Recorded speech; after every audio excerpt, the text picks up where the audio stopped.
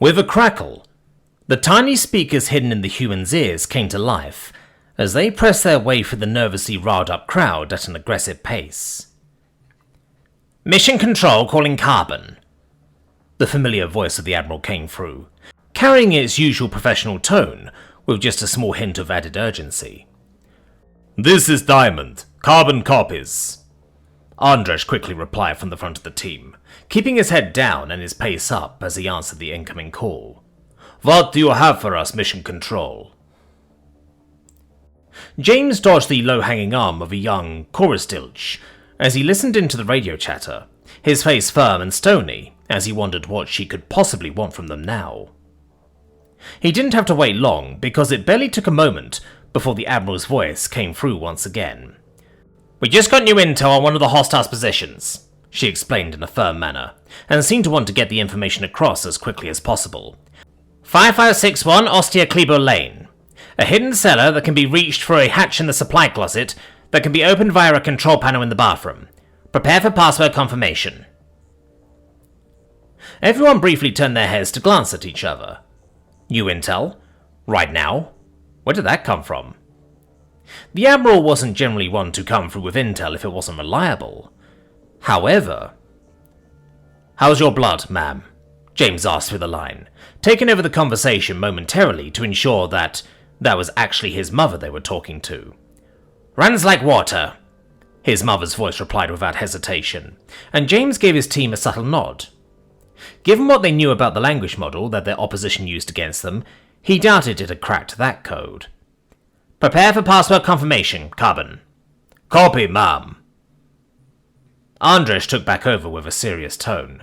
"Ready when you are." Everyone went very quiet to listen as the code was dictated to them. 2, 3, 7, 9, 9, 5, 4, 4, 1, 8. The voice gave through, each of them committing the numbers to memory with various methods of trained memorization. 2, 3, 7, 9, 9, 5, 4, 4, 1, 8. Andrzej returned in a practiced manner.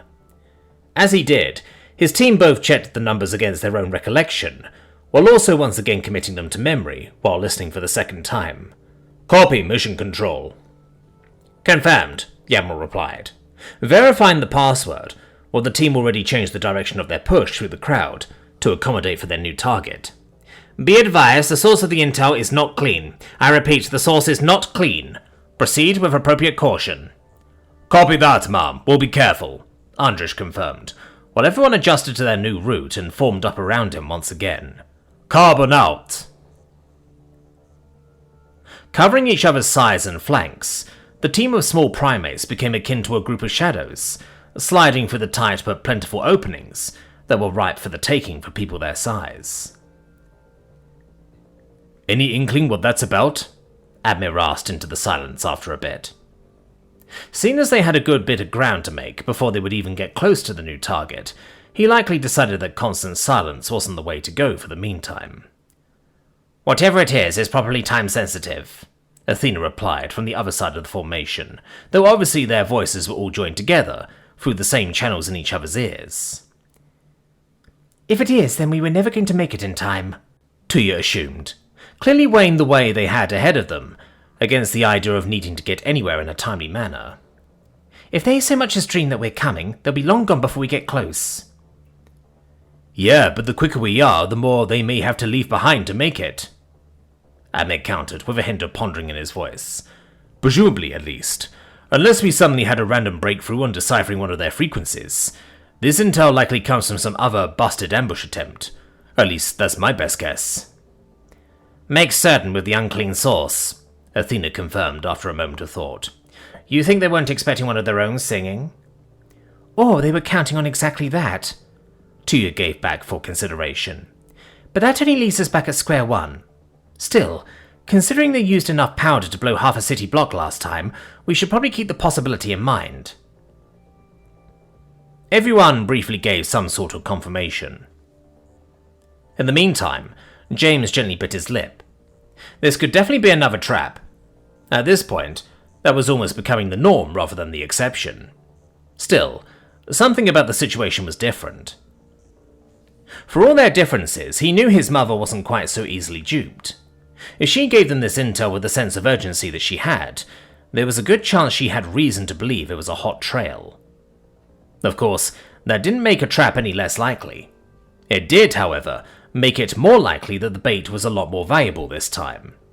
If they could snatch the cheese this time, maybe it would get them somewhere. Despite all their skepticism about their own pace, the team reached the Osti-Kleber lane soon enough. The entrance to what appeared to be a somewhat upper-class area, even for this neighbourhood, was distinguished by the statue of the street's namesake member of the First Galactic Council. Unlike the many other statues around the place, which were modelled after Captain Uton and meant to display an average yet idealised Cimarescus, the depiction of Osti-Kleber was one of a shorter, stouter monkey with thicker fur and a tail that was only half as long as it should have been, presumably after suffering some sort of injury. The, at this point, ancient silverback had a grumpy expression on his wide face, and even in this immortalization of his form, his thick fur was patchy and unkempt in places, straying away from his skin in every which way, almost as if he had just rolled out of bed. "Must have been quite the character," Admir commented, glancing up at the larger-than-life depiction, as they all quickly moved past it. In his mind, James had to agree. For all they were propped up to be these days, he couldn't help but think that the First Council was most likely not all that different from the people that lived today, and they were certainly far from some strange mythological figures. An odd but also strangely comforting thought to have in a time like this. Holding their formation, they pressed onward into the half-gated community. At this point, they had moved far enough that the crowd had significantly thinned out, though there was still a noticeable number of people out on the street, seemingly just loitering. So far away from anything interesting that was happening, a bit of suspicion crept up on all of them. Were these people just out and about, or did they have a reason for standing this far back? And even if they were just bystanders, having so many of them here still wasn't good. If something was about to explode, it was almost certain that someone was going to get caught up in it. "Really prefer the jungle to this many civvies," Athena grumbled, as she looked around, before turning her attention towards the Major. "Should we clear them out?" Andrej released an almost chirping sound as he sucked in air through a small gap between his tongue and his teeth. "Let's see what the target looks like first," he stated, and gestured for everyone to go a bit quicker. "Keep your guards up." "Copy," everyone else replied, as they picked up the pace. Obviously, the group of uniformed and armed humans was getting some strange looks as they passed by. Judging by the faces of some of the bystanders, there were definitely a good few among them who seemed to recognize just who that was hurrying past them there with a huge gun in his arms, though some also seemed like they thought they were just seeing ghosts. A good chunk of them surely didn't expect to see one of the council candidates to rush past them in such a situation of all times, thus thinking they must have imagined something, or confused him for someone else. Still, James kept a close eye on everyone's reactions, just in case someone was maybe a little too surprised to see him here. "That's the house," Tuya soon called out, as the first to get a direct visual of the correct address, with everyone else quickly following her gaze, right before then looking everywhere else in a quick scan of the perimeter. This deep into the street, the density of people had definitely lessened once again, though there was still a good chunk of them out on their feet. "Call, Carbonado, you're on. Everyone else, cover," Andrej ordered, causing everyone to move right away while giving brief confirmations. Although it did seem to give one of them a bit of a pause, as Tuya turned her head towards the Major briefly to look at him a bit incredulously. "You really think Carbonado should get close?" she questioned, before quickly glancing over at James in mild concern. "I think if they brought the firepower they brought before, it doesn't matter how close he gets now," Andrej replied outright, his voice firm but not scolding. "I didn't come out with you to stay back now," James chimed in, as he and Admir both took positions on either side of the door. Although he was admittedly still alive, which was probably a point for it, He just didn't feel like staying back had worked out all too well for him up to this point. If they were just going to throw shit at him at range until something was going to stick, he may as well get up in their face to try and catch their arm. Both men gave each other a quick nod, before James covered Abner while he pulled some sort of device out of one of the pockets attached to his uniform. With the device in hand, he turned to the door's control panel to attempt to get it open, but he then flinched in surprise as the door suddenly came to life almost as soon as he had touched the panel. "Well, that's strike one," Abner mumbled, and slowly stuffed the device back into his pocket, only to quickly exchange it for another one. Now in his hand, he held a polygonal sphere, the surface of which consisted of dozens of small triangle shapes, each of which had a small glass lens in the middle. "Crystal ball out," he announced, as he moved just his hand past the threshold of the now open door in order to roll the fist-sized device into the room. Taking out his phone, he then quickly connected to it, which allowed him to take control over the sphere, causing it to start rolling around the inside of the house while the many cameras littering its surface constantly transmitted the 360 degrees of stabilized footage right back to his screen. It was slightly more clunky than a drone, of course, but far easier to transport. And for such a small device, it actually rolled around at a pretty decent speed, which meant it didn't take all too long to clear the first few rooms that were actually reachable for it on the ground level. Furniture, bathroom," Admir mumbled, as his eyes followed what the sphere was seeing with a concentrated look, making sure not to miss anything important despite the device's speed. "Unless they stuffed one of the closets with C4, we're clear for now. Heading inside." He shot James a quick glance. Taking a deep breath, James nodded back, really hoping that the C4 theory didn't turn out to be more than a momentary joke. Covering Admir's flank, he waited briefly for his fellow lieutenant to slip through the door, before following right behind him. "Stay away from them just in case," Andres suggested, as the rest of the team followed after them soon enough. "Can't risk opening them in case they're rigged." Really reassuring, James quietly complained, though he also knew it was a real catch-22. They couldn't risk opening them in case they were rigged, and they couldn't keep them closed in case they would be used to ambush them. However, one of those options was far more immediately deadly than the other. "I'll check what I can," Tuya announced once she was inside as well, quickly drawing a portable metal detector from her belt to at least see if any of the wooden furniture had gotten filled to the brim with metal shrapnel dispensers or something. "How confident are we that this whole place won't blow up in our face as soon as we put in that password?" Athena mentioned from the side, as she took a protective stance next to the open doorway leading out into the street, providing rearguard for the others.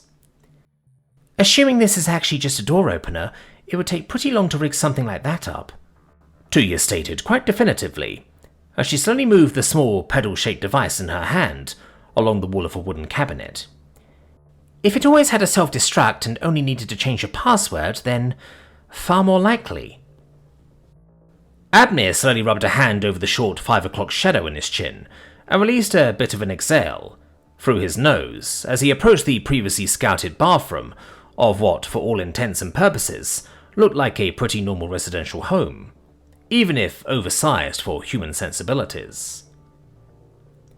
"The Emerald's a pretty good judge for stuff like that usually," he stated, as he stopped right in front of the bathroom. "But it's a risk. We don't have the resources to guarantee nothing's gonna blow, and we may not have the time to wait for them, though maybe it's too late already and won't matter as well. Your call, Major."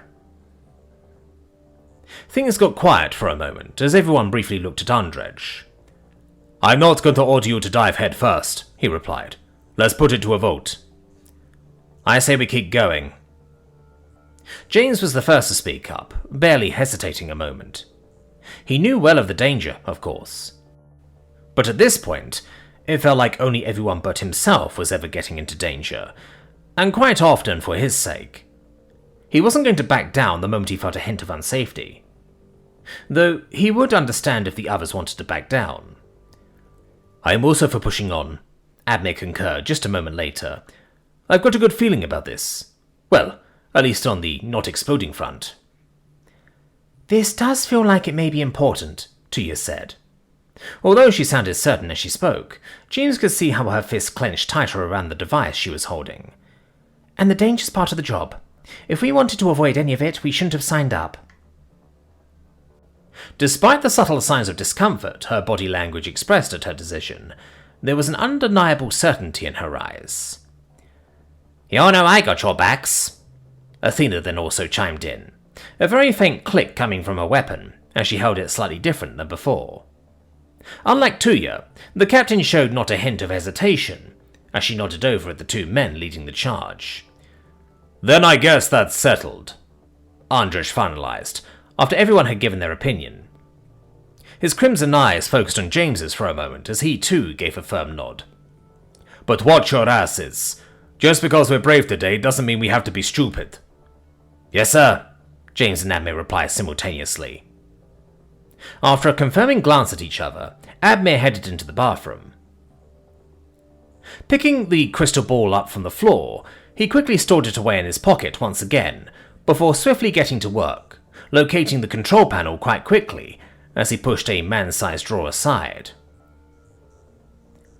237995441 he spoke under his breath as he pressed the various numbers. "Well, this thing looks ancient. I was wondering why it would use a password instead of a bioscan. Guess now we know." "Might increase our chances of not blowing up then."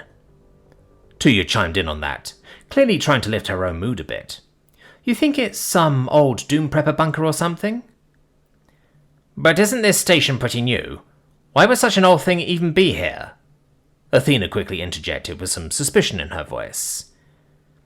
"If you don't properly wipe a bioscanner, you leave the unmistakable identity of everyone who was able to and did go in and out of the place for anyone to find."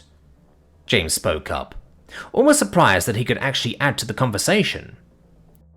Technology wasn't his forte by any stretch of the imagination, but when it came to genetics, these connections were immediately obvious to him, though admittedly it wasn't all that hard of a connection to make. "Yeah, guess putting in a number is just a little less traceable," Admir agreed, though it sounded like he was still pondering if that was really the whole truth behind it. Still, he pressed the confirm button on the panel, and immediately the sound of something large unlocking could be heard, followed by the rattling, clattering, and crashing of what sounded like an array of small to mid-sized items falling over and rolling around. "Open sesame," Admir said, though the quip was missing some of his usual humour as he emerged from the bathroom again. Together, he and James then began to move in the direction of the sound. Just like the main door before it, the door to the supply closet opened at just the briefest touch of a nearby control panel. Judging by the mess around it, a host of buckets, small cans, and cleaning supplies had been stacked on top of the hatch that had opened upon entering password, all of which was now littering the closet's floor. "Did they stack their stuff back on there after getting out?" Admir wondered under his breath as he scanned over the clutter. "Or they took another way out," James offered as a counterpoint. Admir nodded and reached into his pocket. "Let's see," he said, as he tossed the crystal ball down the set of large stairs that had become visible underneath the hatch. Using his phone, he briefly switched it to night vision, only to find that it was too bright for that down there, quickly switching it back to normal camera mode. Although he didn't have a view of the camera feed himself, James could instantly see from the expression on Admir's face that something was down there. The lieutenant's eyes widened briefly before narrowing, and he swallowed heavily a single time. Lifting his left hand, Admir signaled for everyone else to be on high alert as he set his phone down onto the ground to draw his weapon. "Many hostiles, count 6, maybe more," he quickly brought across with a few quick motions of his free hand, and immediately all weapons in the room were trained towards the hatch. James ground his teeth together as that sank in. 6 hostiles? They were outnumbered already, and who knew what kind of equipment they had? But why were they sitting down there so quietly after clearly being discovered? Stretching just a bit, he managed to catch a vague glance at the camera feed that was still displayed on Admir's phone, which was now laid down on the floor. From this angle, it was hard to make anything out. But yeah, he could see the humanoid shapes crouching down there in the semi-darkness, quietly waiting for whoever had opened the hatch. In a really unfortunate angle as well, for both sides. No way they could go down there. They'd be turned into Swiss cheese immediately. But pretty much the same was true for the people waiting down there. Number advantage or not, the choke point of the hatch wouldn't allow for any of the people down there to as much as stick their heads out without it being blown off in an instant. It would have almost been a stalemate, had it not been for the fact that it was quite a bit easier to throw something down than up the hatch. James quickly glanced around to confirm that everyone was thinking what he was. Once it seemed like they were all on the same wavelength, he turned back to the hatch. "You've got nowhere to run," he announced loudly, feeling like the people down there basically had to be aware that someone was up here at this point. "Drop any weapons you have and come out with your hands raised." He was quiet after that, wondering if their would-be attackers had made the connection yet that they were in deep shit if the team of soldiers carried even just one grenade with them, or if he would have to explain it to them. However, as he waited, and a tense silence fell over the room that got thicker with each second, there was no answer. No reply, no mumbling among each other, not even a whisper. Swallowing, he glanced over at Admir, who could only shrug. James scowled slightly. Were they trying to psych them out? Were they thinking they would just stumble down there if they didn't say anything? For a moment, he was tempted to yell again, maybe pose a threat or an ultimatum to the wannabe ambushers. Though, another thought came to him before he could commit to that. Turning his face to Admir as it darkened slightly, he asked, "Can you get a thermal image?" Admir nodded and carefully reached down for his phone, swiftly wiping his fingers across its screen to send a new order down to the camera sphere. In a flicker, the screen switched from a normal feed to one of different shades of greens and whites in a simple infrared recording. James stared over at it with a concentrated gaze, his heart hammering nervously as he waited to see if his dark thoughts would become reality. He released a slow breath as he saw that the people crouching down there were at the very least warm, though he didn't quite know if he should be relieved about that or not. Especially since warm could also just mean still warm. With the thermal imaging, he was also able to tell that, despite the earlier orders, the people down in that cellar were all still wearing breath filters, obscuring their faces and large parts of their heads. Now once again taking control of the crystal ball, Admir ordered the device to roll around the presumed hostiles, checking the unmoving figures for any sort of weapons or other suspicious equipment. At least based on what they could see, there were no signs of dangerous items, neither visible on their person nor in the form of suspicious cold spots, blocking out parts of their body heat from underneath their clothing. "I said, put down your weapons and come out with your hands raised," James repeated loudly. He didn't know what he expected, not even what he really hoped for. Somewhere in the back of his mind, the odd paradox about the situation occurred to him. Just a moment ago, he had been more than ready to put these people down at a moment's notice, had they simply made a move that he didn't like, given any indication that the life of his team was threatened by them, without a more peaceful recourse that was immediately sensible. But now, without any real change in the situation, he suddenly felt worried for their lives, felt dread at the thought that someone else may have killed these people, that he had been entirely ready to kill just seconds ago. No, that wasn't quite right. "If this is a trap, we're toast if we try to step down there," he said quietly, looking over at the unmoving heat signatures displayed on Admir's phone. "Yeah," Admir confirmed. "Although we agreed on being risky, I think it may be best to just wait this out." He stopped right in the middle of the word, as something on the phone screen moved, causing him to get ready with his weapon. Slowly at first, one of the heat silhouettes started to shift, though it gradually picked up speed in the motion until... Whoomp! Clack! The sound of the body heavily hitting the ground echoed out of the cellar's depths, along with the impact of polymer against metal, as the person's breath filter cracked against the hard floor. James flinched at the sound. That certainly sounded real. There was no effort at all to catch that fall. So either they were a really good actor, or actually unconscious. Damn it, James grumbled deeply, biting his lip firmly as his heart started to beat a bit heavier. Admir gave him a mild scowl, seeming to already sense where this was heading. Though, despite his clearly displeased expression, the man's smooth features also carried a hint of amicable resignation, one that James hadn't seen in quite a while, not since they... Shaking his head, he quickly turned around to look at Tuya.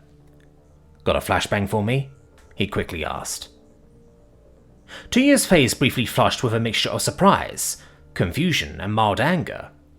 However, before she could say anything, she seemed to notice the expressions on the rest of the team, all of whom had worked with James for far longer than she had.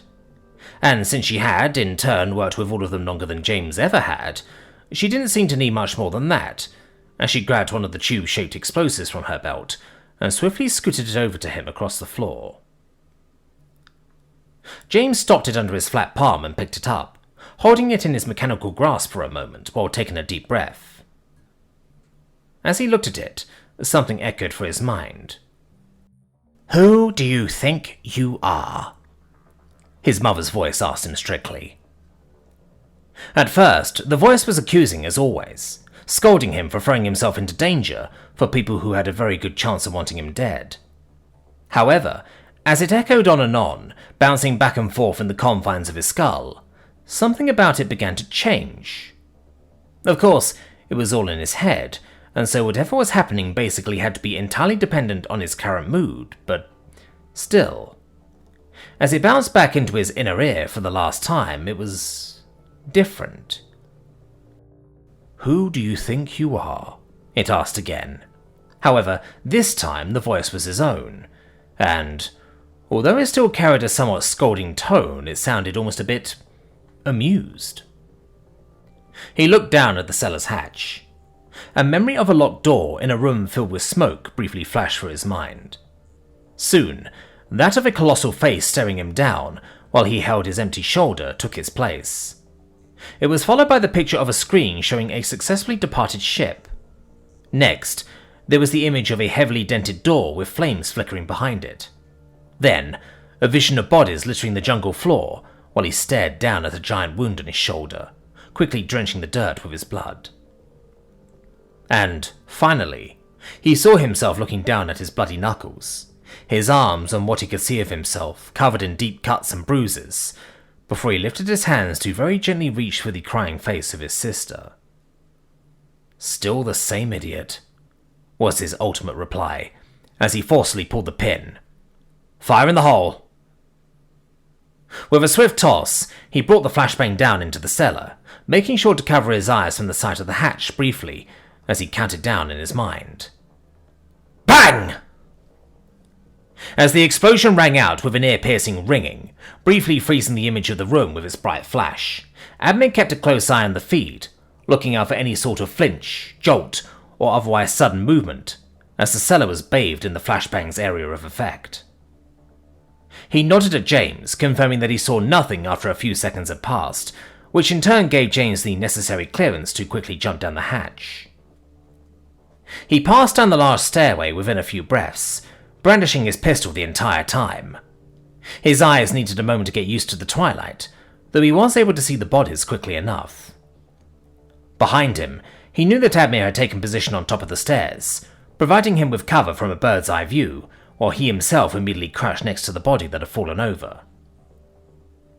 Reaching his organic hand down, he quickly searched for a pulse on the seemingly unconscious person's neck, sliding his fingers just under the breath filter, while holding his breath so he wouldn't confuse his own hammering heart for that of the person. He closed his eyes and slowly let his breath out, as he focused on the mild, pulsing pressure against his hand. They were alive. He counted along with it, noting down the frequency in his mind. The pulse was slow but stable, just like he would have expected from someone who was asleep. With his heart beating a bit easier, he removed his hand from the person's neck and shifted it up, gliding his fingers around the breath filter to find the seal's release. With a hiss, the helmet allowed fresh air to flow in, while it loosened from the person's skin, giving James the chance to pull it off their head. Underneath, he found what looked like the face of a young man, eyes closed and features completely relaxed, despite the large metal rod fixated in between his teeth for a thick leather strap that wrapped around the back of his head. The rod kept the man's jaws wide open and caused saliva to constantly dribble out of his loose lips, meaning at this point half of his face was smeared with it. James's eyes followed the glistening trail briefly, inadvertently moving down to the man's neck again. Only now that he wasn't immediately afraid for his life, did James notice the much thinner leather band that hung far more loosely around the man's neck. Hooking one of his fingers into it, he pulled the half-hidden band out of the collar of the man's jacket, along with the pendant hanging by the end of it. "Failed savior," he mumbled, as he saw the star-framed cross glisten in his hand. But why? He tried to make sense of the scene. Had they actually left their people here like this? For what? Or maybe the crosses were simply planted. But that didn't make much more sense. He was missing something. That much was clear. He stood up slowly, moving away from the body that had fallen over, and towards the one still in a crouching position right next to him. Once again, he first moved to check the pulse. Luckily, this one was alive too. Up this close, he could already tell that this was probably a young woman, and he reached up to remove her breath filter as well when... "James!" Admir's voice rang out from above in a harsh warning, forgetting to even use the codename as he called out the danger he spotted from above. Bang! Bang! Bang! 3 shots rang out in quick succession, the room briefly lighting up with the flash of a muzzle before the earlier sound of a body hitting the floor repeated itself. The fresh corpse laid motionless on the cold floor, about half a measure away, a pool of dark blood slowly spreading around it, as the red life oozed out of 2 holes in its chest and 1 in the head, having pierced right through the breath filter's visor without any resistance. The thus created cyclopic eye in the smooth surface stared straight up, seeming almost baffled as to what happened. James looked at it for a moment longer, making sure he had no doubts that the person was actually dead. He couldn't be too careful if these people could quietly sit through a flashbang without even flinching. Just who the hell were these guys? That question only got even more intense as his eyes wandered to the corpse's hand, widening at what they saw. He had only seen a brief flash during the attack, and therefore expected a knife that they had missed during their search. Or maybe a letter opener, or a shard of glass, or something similar. Something easy to hide in a sleeve. What he hadn't expected was a long, silvery gleaming and blood-smeared spike that seemed to grow right out of the dead man's wrist. His scowl deepened as he quickly became aware of the positioning of both him and the attacker. In the angle they had, James stood right in Admir's line of fire on the attacker, and it seemed like that guy had waited for exactly that moment. A creeping feeling of pins and needles spread over James's skin as he looked at what could only be a weaponized augmentation growing out of the man's wrist again. Once he was reasonably sure that the guy was well and truly dead, he took a couple of steps aside, freeing up Admir's line of fire, just in case, while lifting his gun and looking around the remaining semicircle of motionless bodies. "Anyone else?" he asked in a serious voice, as the sights of his weapon scanned over the obscured faces.